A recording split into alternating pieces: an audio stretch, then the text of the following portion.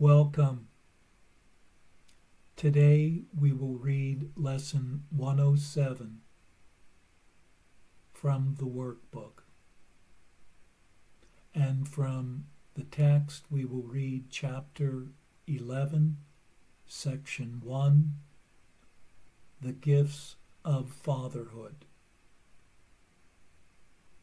And now for Lesson 107.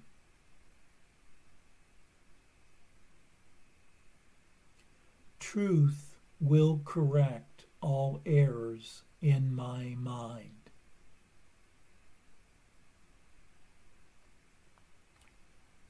What can correct illusions but the truth? And what are errors but illusions that remain unrecognized for what they are? Where truth has entered, errors disappear. They merely vanish, leaving not a trace by which to be remembered. They are gone because, without belief, they have no life. And so they disappear to nothingness, returning whence they came. From dust to dust they come and go, for only truth remains.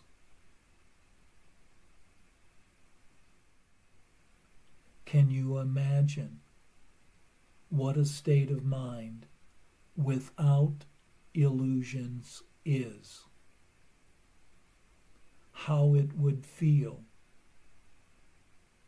Try to remember when there was a time, perhaps a minute, maybe even less, when nothing came to interrupt your peace. When you were certain you were loved and safe. Then try to picture what it would be like to have that moment be extended to the end of time and to eternity. Then let the sense of quiet that you felt be multiplied 100 times, and then be multiplied another 100 more. And now you have a hint, not more than just the faintest intimation, of the state your mind will rest in when the truth has come. Without illusions there could be no fear, no doubt, and no attack.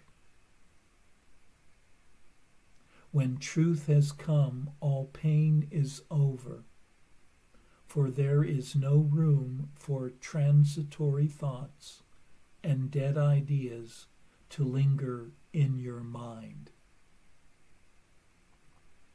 Truth occupies your mind completely, liberating you from all beliefs in the ephemeral. They have no place because the truth has come, and they are nowhere. They cannot be found, for truth is everywhere, forever now. When truth has come, it does not stay a while to disappear or change to something else. It does not shift and alter in its form, nor come and go and come again. It stays exactly as it always was, to be depended on in every need, and trusted with a perfect trust in all the seeming difficulties and the doubts that the appearances the world presents engender. They will merely blow away when truth corrects the errors in your mind. When truth has come, it harbors in its wings the gift of perfect constancy and love which does not falter in the face of pain, but looks beyond it steadily and sure. Here is the gift of healing, for the truth needs no defense, and therefore no attack is possible. Illusions can be brought to truth to be corrected. But the truth stands far beyond illusions and cannot be brought to them to turn them into truth. Truth does not come and go, nor shift nor change, in this appearance now and then in that, evading capture and escaping grasp.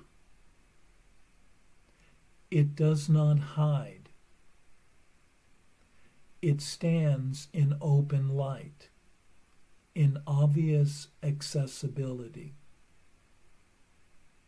It is impossible that anyone could seek it truly and would not succeed.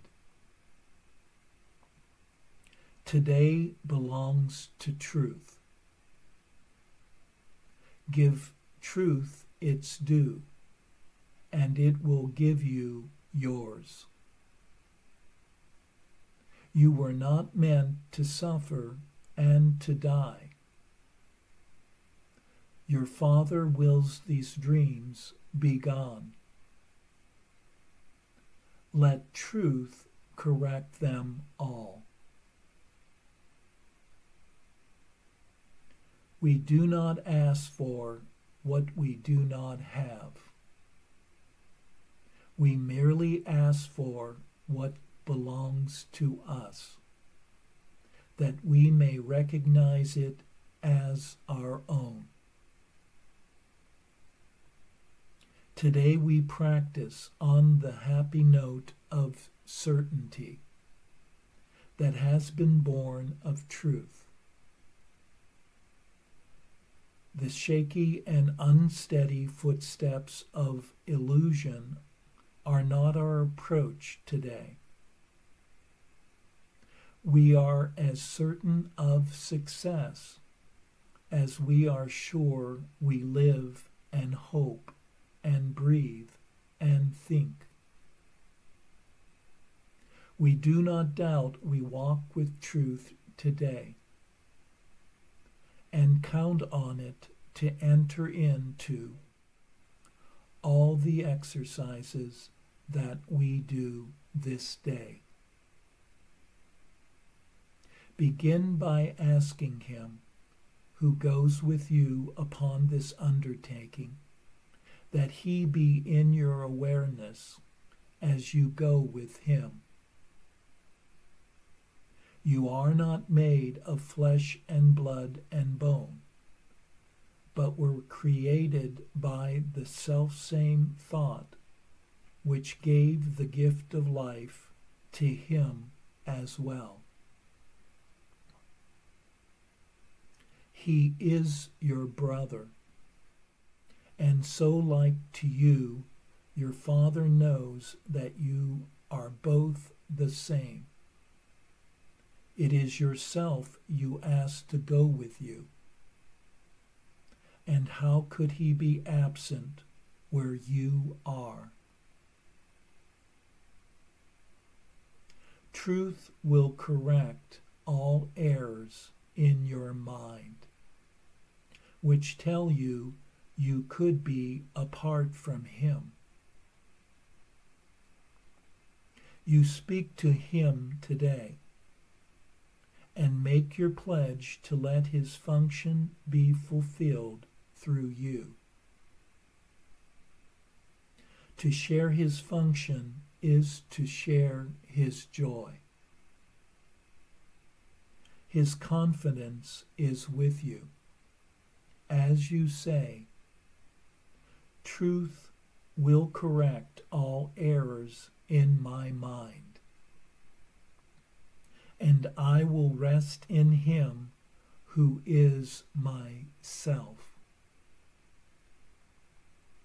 Then let him lead you gently to the truth, which will envelop you and give you peace so deep and tranquil that you will return to the familiar world reluctantly. And yet you will be glad to look again upon this world. For you will bring with you the promise of the changes which the truth that goes with you will carry to the world. They will increase with every gift you give of 5 small minutes. And the errors that surround the world will be corrected as you let them be corrected in your mind. Do not forget your function for today. Each time you tell yourself with confidence, "Truth will correct all errors in my mind," you speak for all the world and him who would release the world as he would set you free.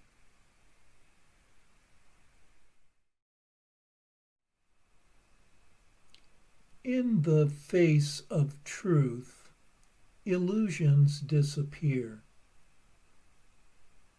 Without belief, falsehoods fall away, having nothing to sustain their existence. Where truth is welcome, pain is ended, having no place in ever-changing ideas. Truth liberates the mind from all beliefs in the transitory, removing experiences of fear, doubt, and attack. Truth is stable and unchanging, and being without limits, it is everywhere. One can depend on it being what it always is, and thus it can be trusted in every circumstance. Truth needs no defense, and so it cannot attack. In one's daily practice, the light of truth will clear a path away from all errors and mistaken notions to the stillness, silence, and peace of who one truly is.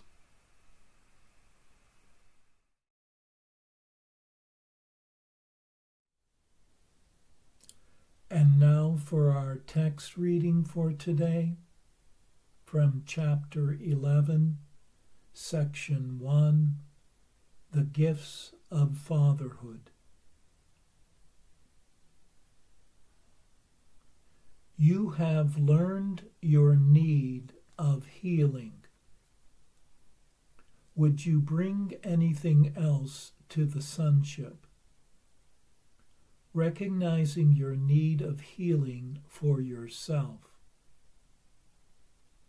For in this lies the beginning of the return to knowledge, the foundation on which God will help build again the thought system you share with Him.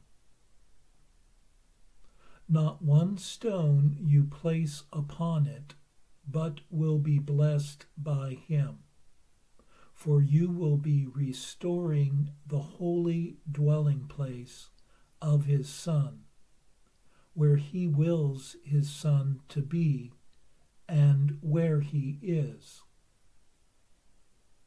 In whatever part of the mind of God's Son you restore this reality, you restore it to yourself. You dwell in the mind of God with your brother, for God Himself did not will to be alone. To be alone is to be separated from infinity. But how can this be if infinity has no end? No one can be beyond the limitless, because what has no limits must be everywhere. There are no beginnings and no endings in God, whose universe is Himself. Can you exclude yourself from the universe, or from God who is the universe? I and my Father are one with you, for you are part of us. Do you really believe that part of God can be missing or lost to Him?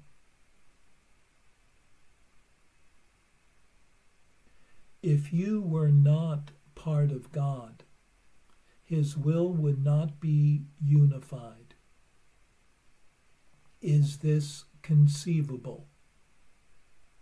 Can part of His mind contain nothing?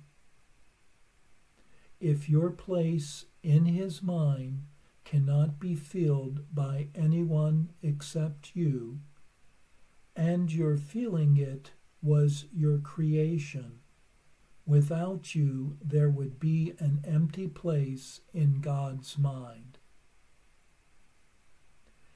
Extension cannot be blocked, and it has no voids. It continues forever, however much it is denied. Your denial of its reality may arrest it in time, but not in eternity. That is why your creations have not ceased to be extended, and why so much is waiting for your return. Waiting is possible only in time, but time has no meaning. You who made delay can leave time behind simply by recognizing that neither beginnings nor endings were created by the Eternal, who placed no limits on His creation or upon those who create like Him. You do not know this simply because you have tried to limit what He created, and so you believe that all creation is limited. How then could you know your creations, having denied infinity? The laws of the universe do not permit contradiction. What holds for God holds for you. If you believe you are absent from God, you will believe that He is absent from you. Infinity is meaningless without you, and you are meaningless without God. There is no end to God and His Son, for we are the universe. God is not incomplete, and He is not childless, because He did not will to be alone. He created a Son like Himself. Do not deny Him His Son, for your unwillingness to accept His fatherhood has denied you yours. See His creations as His Son. For yours were created in honor of Him. The universe of love does not stop, because you do not see it, nor have your closed eyes lost the ability to see. Look upon the glory of His creation, and you will learn what God has kept for you. God has given you a place in His mind that is yours forever. Yet you can keep it only by giving it, as it was given you. Could you be alone there when it was given you because God did not will to be alone? God's mind cannot be lessened. It can only be increased, for everything He creates has the function of creating. Love does not limit, and what it creates is not limited. To give without limit is God's will for you, because only this can bring you the joy that is His, and that He wills to share with you. Your love is as boundless as His, because it is His. Could any part of God be without His love? And could any part of His love be contained? God is your heritage, because His one gift is Himself. How can you give except like Him, if you would know His gift to you?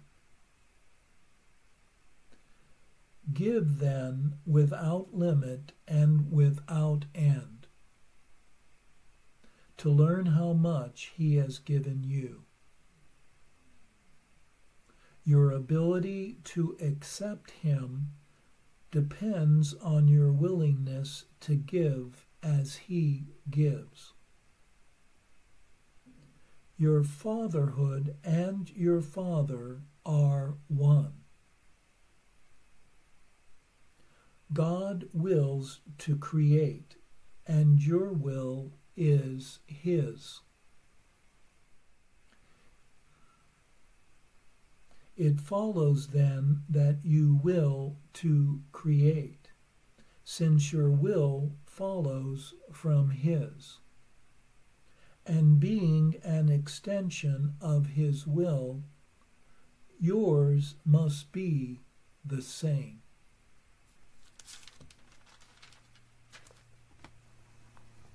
Yet what you will, you do not know.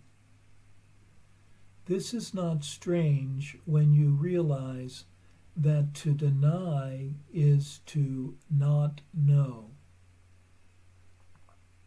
God's will is that you are his son. By denying this, you deny your own will, and therefore do not know what it is.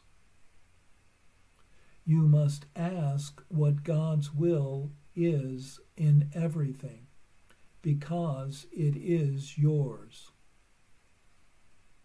You do not know what it is, but the Holy Spirit remembers it for you.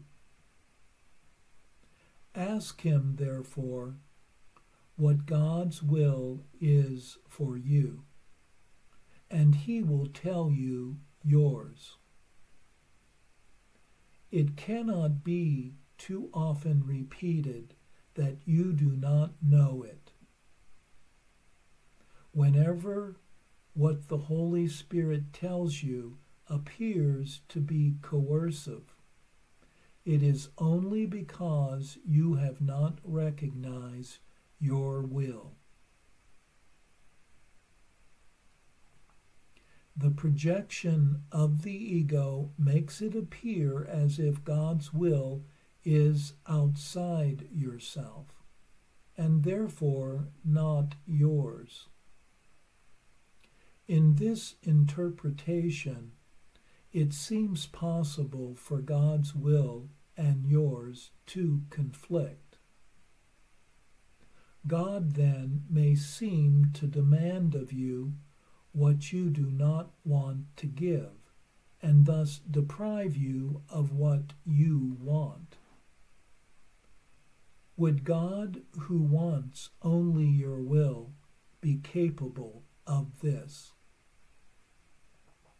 Your will is his life, which he has given to you. Even in time, you cannot live apart from him. Sleep is not death. What he created can sleep but cannot die. Immortality is his will for his Son, and his Son's will for himself. God's Son cannot will death for himself because his Father is life, and his Son is like him. Creation is your will because it is his. You cannot be happy unless you do what you will truly, and you cannot change this because it is immutable. It is immutable by God's will and yours, for otherwise his will would not be extended. You are afraid to know God's will because you believe it is not yours. This belief is your whole sickness and your whole fear.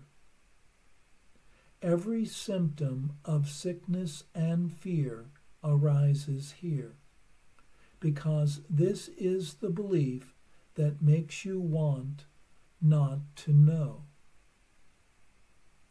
Believing this, you hide in darkness, denying that the light is in you.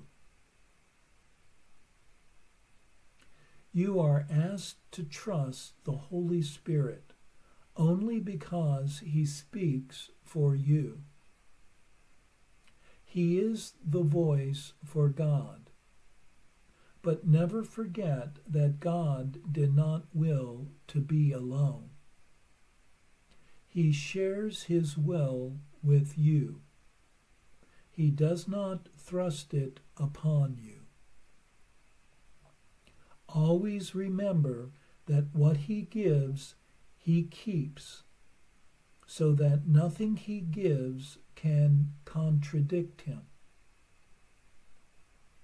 You who share his life must share it to know it, for sharing is knowing. Blessed are you who learn that to hear the will of your Father is to know your own. For it is your will to be like him, whose will it is that it be so. God's will is that his Son be one, and united with him in his oneness. That is why healing is the beginning of the recognition that your will is his.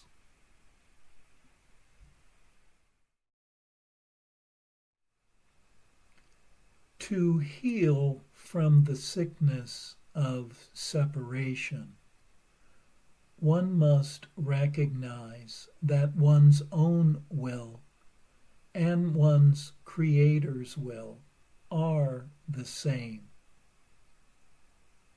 Divine love does not limit, and what it creates is not limited. Giving without limit is love's will for oneself, as only this lack of limit can bring the joy, the happiness that both source and oneself wills together. One must give without limit to recognize how much one has been given. One's ability to accept divine love depends on one's willingness to give as love gives. And thus one must ask what the will of God is in everything, knowing that one's inner teacher, who knows what the will of love is, will provide one with the answer.